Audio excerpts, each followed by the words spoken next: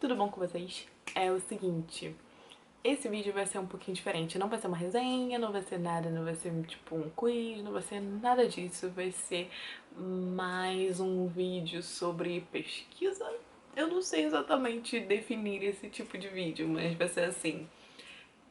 Como vocês já viram, né? Eu espero que tenham visto mesmo. Eu já fiz o vídeo sobre os livros favoritos do Harry Styles, no caso, tipo, os livros que ele já foi visto lendo, não necessariamente eu sei que eles são os favoritos, né? Porque não sou amiga dele, mas enfim. Eu fiquei muito interessada em relação ao livro do Açúcar de Melancia, então eu vou abordar mais ou menos sobre o assunto, sobre o autor, porque ele não é muito conhecido no Brasil.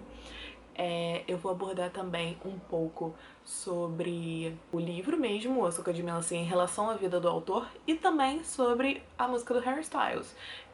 Um pouco, né? Porque não tem como se aprofundar muito na música em relação à história, mas vou tentar. Então, assim, vamos começar primeiro falando do autor, depois vamos falar do livro e depois vamos falar da música, tá bom?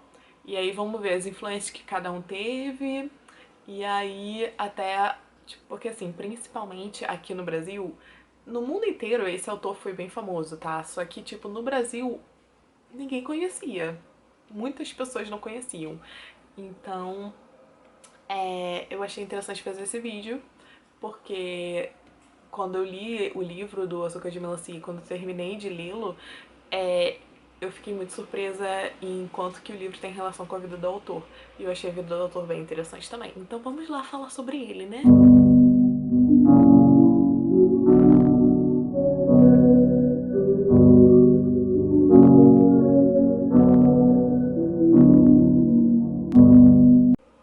Richard Brottingham. Ele nasceu dia 30 de janeiro de 1935.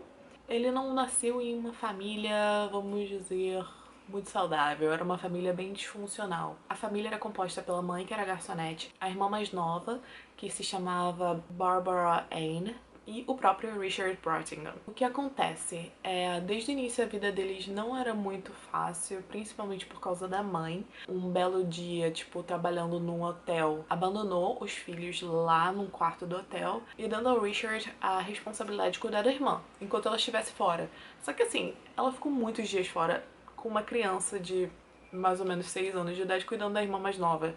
Então, assim, complicadíssimo. Eu acho que a irmã tinha uns 3 anos na época. E a Barbara, ela fala que o irmão se viu sozinho numa situação em que ele tinha que usar da própria criatividade para poder distrair a própria irmã e tentar lidar com a situação cruel em que a mãe pôs eles, né? Tipo de abandono, basicamente.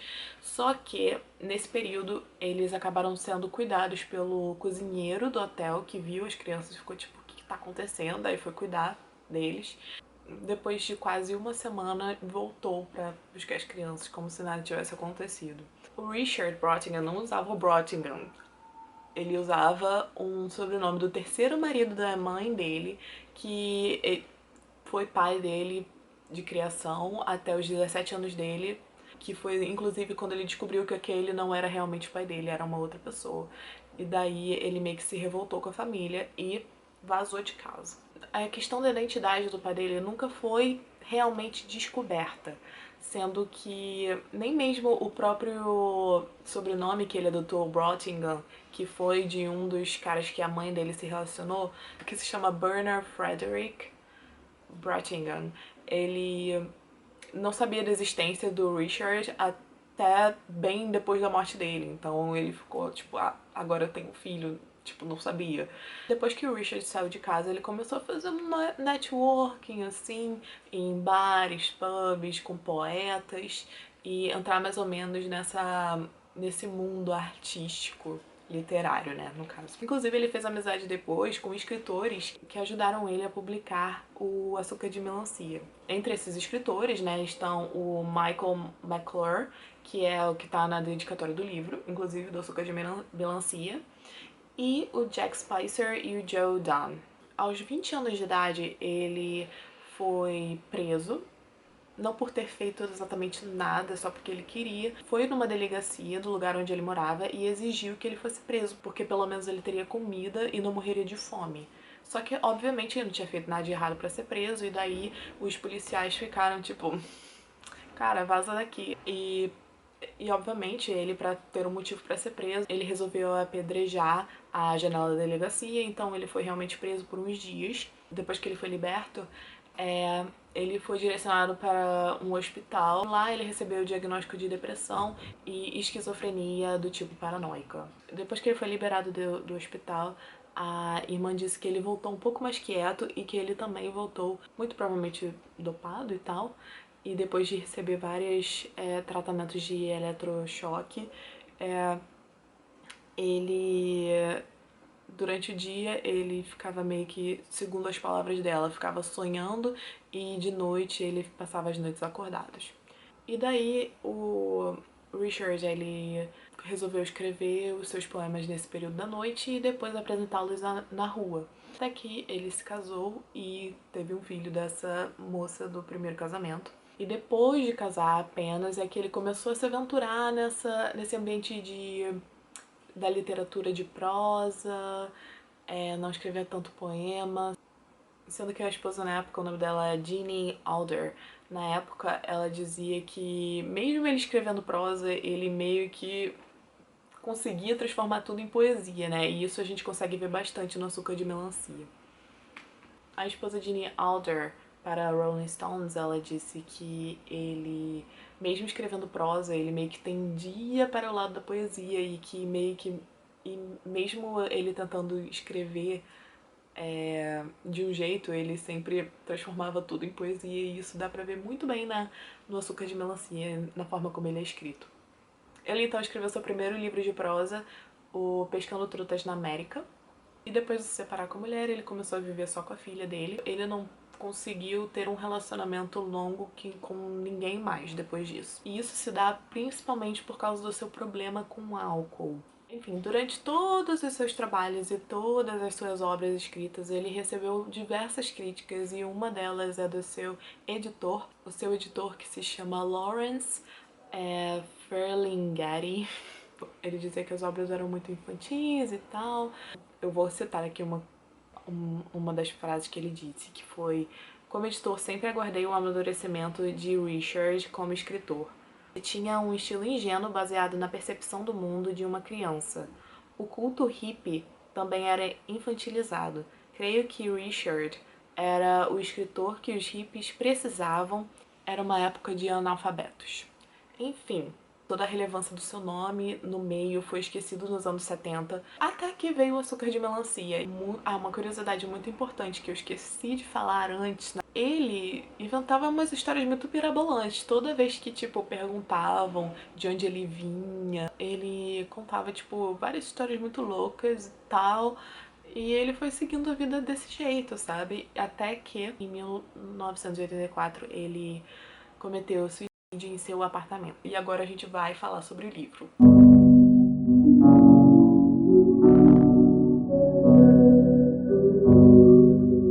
Ao contrário do que o Lawrence disse, o Açúcar de Melancia na verdade, não é um livro escrito para os hippies, mas sim uma crítica da comunidade hippie na época. E embora a escrita seja bem simples e bem lúdica também, ela é bem inteligente, assim. A história então conta sobre a vida desse personagem, que não se cita o nome dele, não precisa saber o nome dele, vivendo nesse lugar que se chama Eu Morte. E é muito importante a gente não saber o nome desse personagem, porque ele está relacionado, inclusive, com o nome desse lugar. E por que está relacionado?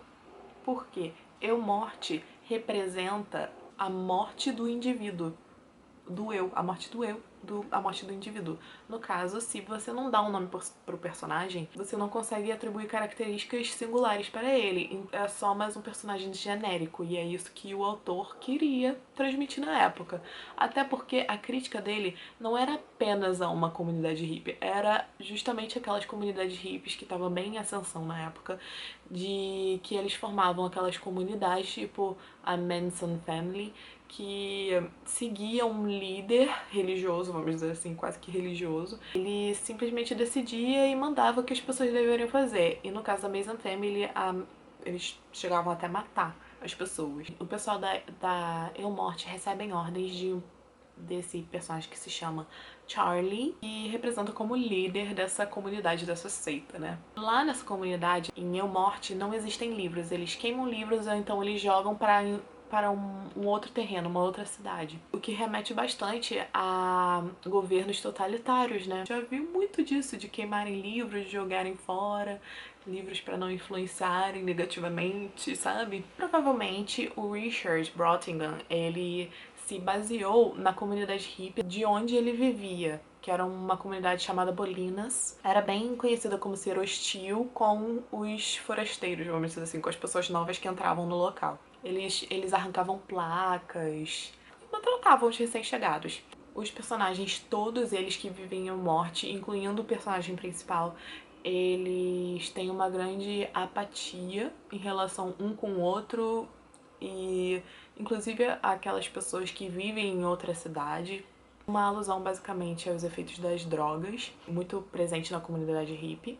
Essa apatia pode ser vista inclusive em uma parte, uma cena assim do livro em que o personagem principal ele perde os pais muito novo. E aí a gente também pode fazer uma associação a como a vida do Richard Brottingham era. E também a gente vê que a apatia do personagem era tanta que, tipo, ele tem um momento em que o personagem perde os pais porque os pais são comidos por uns tigres que tem na cidade, tigre mesmo, sabe? Tipo, um animal. E aí, só que esses tigres, eles falam. Quando eu falo que esse livro é muito surreal, é porque ele é. E eles estão se alimentando dos pais dele, enquanto isso eles vão e, tipo, o menino não tá nem aí, tá lá observando e os tigres falam, não fica com medo não, a gente só mata porque a gente tá com fome, é a lei da vida. Aí ele fica, então tá bom, se você não vai me matar, então tudo bem. E aí os tigres ficam basicamente ajudando o personagem principal a fazer o dever de matemática, eu não lembro qual era a matéria agora, eu não sei se era geometria, sabe, alguma coisa assim. Então, assim, é nesse nível de apatia. Então, um ponto muito interessante que tem no livro é que ele é dividido em 3 partes. Eu pensei, eu sonhei, eu escrevi. O que representa justamente todas as coisas que faltam no livro, que faltam nos personagens. Toda essa individualidade que tá faltando.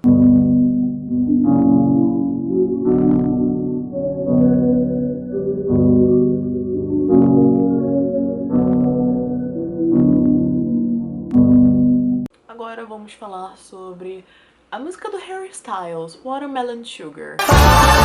Vai ser bem breve essa partezinha aqui, tá, gente? É só pra finalizar o vídeo mesmo. Bom, Harry Styles, no Brasil, ele, tipo, foi, pra mim, um grande representante pra espalhar esse livro por aí e tal. E, tipo, esse autor que é tão, tipo, importante, conhecido fora do Brasil, tipo, no âmbito internacional, mas aqui no nosso âmbito nacionalzinho aqui a gente não conhecia. A música em específico retrata um ambiente tipo em pleno verão, que é realmente a vibe de toda a história de Açúcar de Melancia. E inclusive a música inteira é retratada por conta de uma cena em específica que o personagem principal tá lá só curtindo o momento de verão dele com a Pauline, que é uma personagem no livro. Eles inclusive passam noite de verão juntos, é um novo relacionamento que o personagem principal tem. Agora vem a grande pergunta, por que açúcar de melancia? Bom, tudo em Eu Morte era feito de açúcar de melancia. Tudo, tudo, tudo, tudo. Então, desde as paredes, porta, ponte, tudo é feito de açúcar de melancia.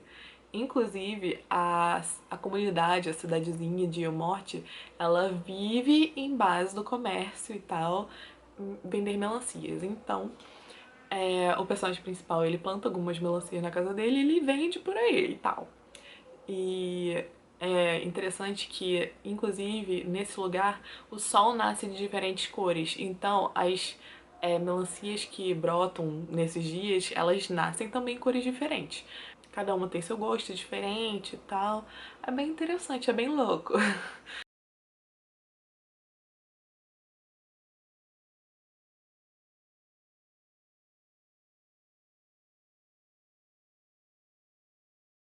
Mas é isso, gente. Eu espero que vocês tenham gostado desse tipo de vídeo e curtam o vídeo, por favor, se inscrevam no canal. E é isso. Beijinho. Tchau!